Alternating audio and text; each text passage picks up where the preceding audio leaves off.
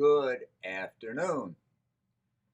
We are living in Novueval Times, and I am running for president, Matt, 2024. So, concerning this so called capitalism that we have, a huge part of the problem is the capitalists are destroying their own system. It used to be that they would pay their workers, that there was a large enough middle class, and they would pay their workers enough money for them to actually buy the products they were making. That system no longer exists. And we're starting to see the cracks now in that whole system, that system that is cutting off its feet to spite its legs. It's going to tumble, and it's just starting to get bad now, and it's only going to continue to get worse. And the capitalists are smart enough to see this. They know what's going on, but they don't know what to do. They're like a heroin addict. He knows he's killing himself with his drug.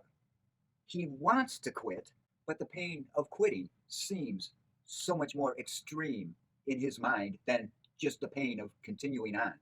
It's the devil you know and the devil you don't. The capitalists, they're a bunch of pussies who cannot change their ways because really they're spineless wimps. I mean, you got that much money and you're pampered. Don't tell me about how hard they work. Coal miners work hard. Roofers work hard. Construction workers work hard. Grave diggers work hard. These guys are pampered fucking pussies. They do not work hard. And also, part of the problem is power corrupts. If you look at all the studies about people who have power and or money, they are all entitled. They all have a sense of entitlement. They will cheat on games, whereas poorer people will not. They'll play by the rules. They'll run stoplights. They've got the cameras to show. Just look this up. I mean, there are dozens, probably hundreds of studies along these lines too. And when they show the study of a certain section of road with a pedestrian, just to see what would happen. You see the poor older cars, they all stop to let the pedestrian cross the street. The newer, more expensive cars, they don't. They either just keep going or even speed up. But I digress. That's part of the problem I have with talking about what we're facing coming up because it is so intricate and involved, and there are so many facets and aspects to it, and they overlap and are intertwined. And you can't say, well, climate change is our problem, or food shortages are our problem, or producing oil, or this corrupt capitalism, or you put your finger on one thing and you see there's a whole bunch of other things tied to it. It's kind of like if you've ever seen one of those boards in like the FBI room when they're trying to figure out, you know, who killed Mr. X in the library with a pipe wrench, whatever. You see all the evidence and all the photographs and all the pins and all the strings going all over the place. That's what our problems are like. But the fact is, if we would just accept we have these big problems, and these big problems are not the Democrats or the Republicans, although they're definitely part of that problem, but the whole system that we've been conditioned to accept as normal and actually an example of America's supremacy. What do they call it? American exceptionalism. It's bullshit. We are digging our own grave. We are like the heroin addict. If I stop, I'm going to get sick. So I got to keep shooting. That's where we're at. If we stop, we're going to get sick. So we got to continue on with what we know because that keeps us high. That keeps us away from reality. It's going to come tumbling down. There was a study in 1972 by MIT where they, using a number of factors, came to the conclusion that around 2040, there is going to be widespread societal collapse. And not just here in this country, but across the world, although we'll probably feel it as bad or worse than most. But there you have it. You can believe that or not. Maybe you've got better science than they do. If you're just going by, well, we're great, we'll get through this, blah, blah, blah. No, these problems that we've been having, Kentucky, California, Texas, the pandemic, all of these things, at this point in our evolution, given how much civilization we've had for how long, how much money we have, how much knowledge we have, these are problems that school kids can figure out. Why the fuck can't we? It's our heroin addiction. But beyond that MIT study, there is a woman who has been studying sperm count for 20 years, and at this point, she's got data going back 50 years. And what she has discovered with these hundreds of thousands of samples that have been collected over these decades is sperm count has been steadily decreasing by about 1% a year. So now it's 50% less than what it used to be. And not only is the sperm count less, the motility is worse than it used to be. So what sperm that we have left are not as healthy as they used to be. And we're already starting to see the population start to plateau. And largely that is just women being more educated and wealthier. And they tend to have smaller families when they're wealthier and better educated. And there are a lot of couples out there, whether they're educated or not, whether they have money or not, they're just looking at what we're dealing with nowadays and saying to themselves, I don't want to bring a kid up in this fucking mess. And I don't blame them. It's hard enough to raise children in good times. We have just created a quagmire, a complete cesspool. But there you have it. This is the MIT study, the sperm count study, and the MIT study did not even take into account the sperm count because they didn't know about that. And they didn't know really about climate change. The science of climate change had just been started back then.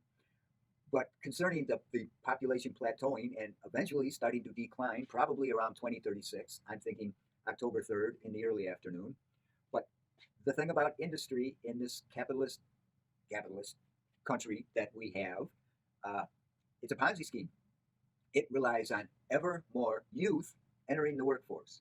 And when you have less young people going to work, because there's less young people, the whole thing's going to start to fall apart. And we're seeing that already, even without a decline in population, as people are looking at how much these CEOs are making, how much they're getting away with. And let's face it, no matter how much you like the innovators and creators, the ones who are actually producing something, regardless of what you think of that something, whatever your opinion is. But, you know, Elon Musk, Zuckerberg, Bill Gates, people like that, regardless of what you think that product they offer up is, how much it benefits society, they're actually making something.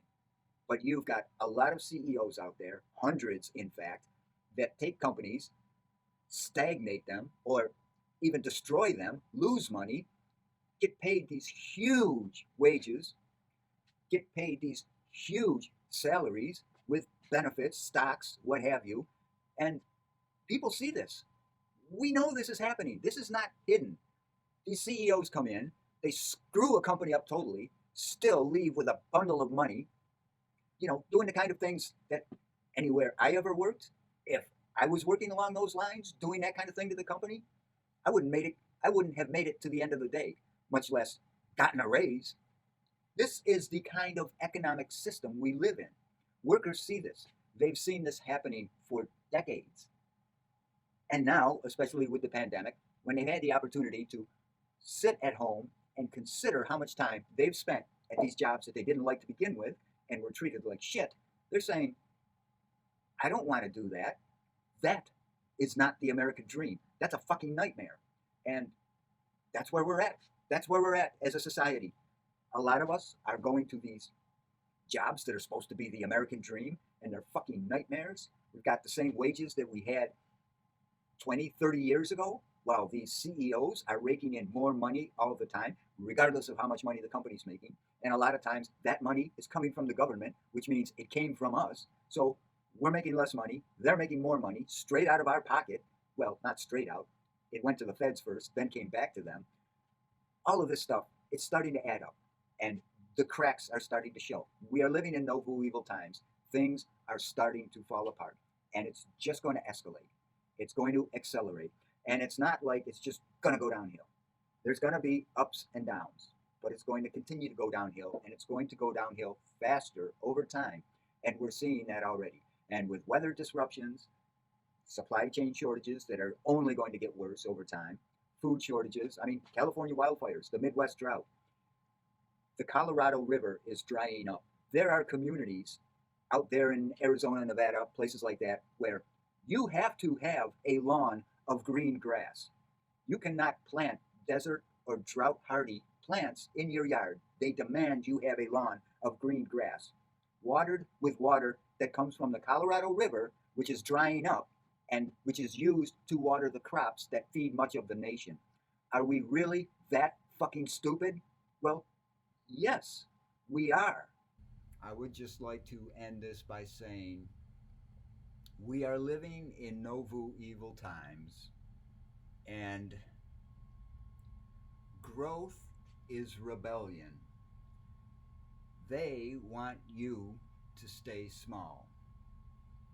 In order for them to succeed, they need your complicity. I thank you for watching, and if you didn't watch, well, what's wrong with you, man? Talk to you soon.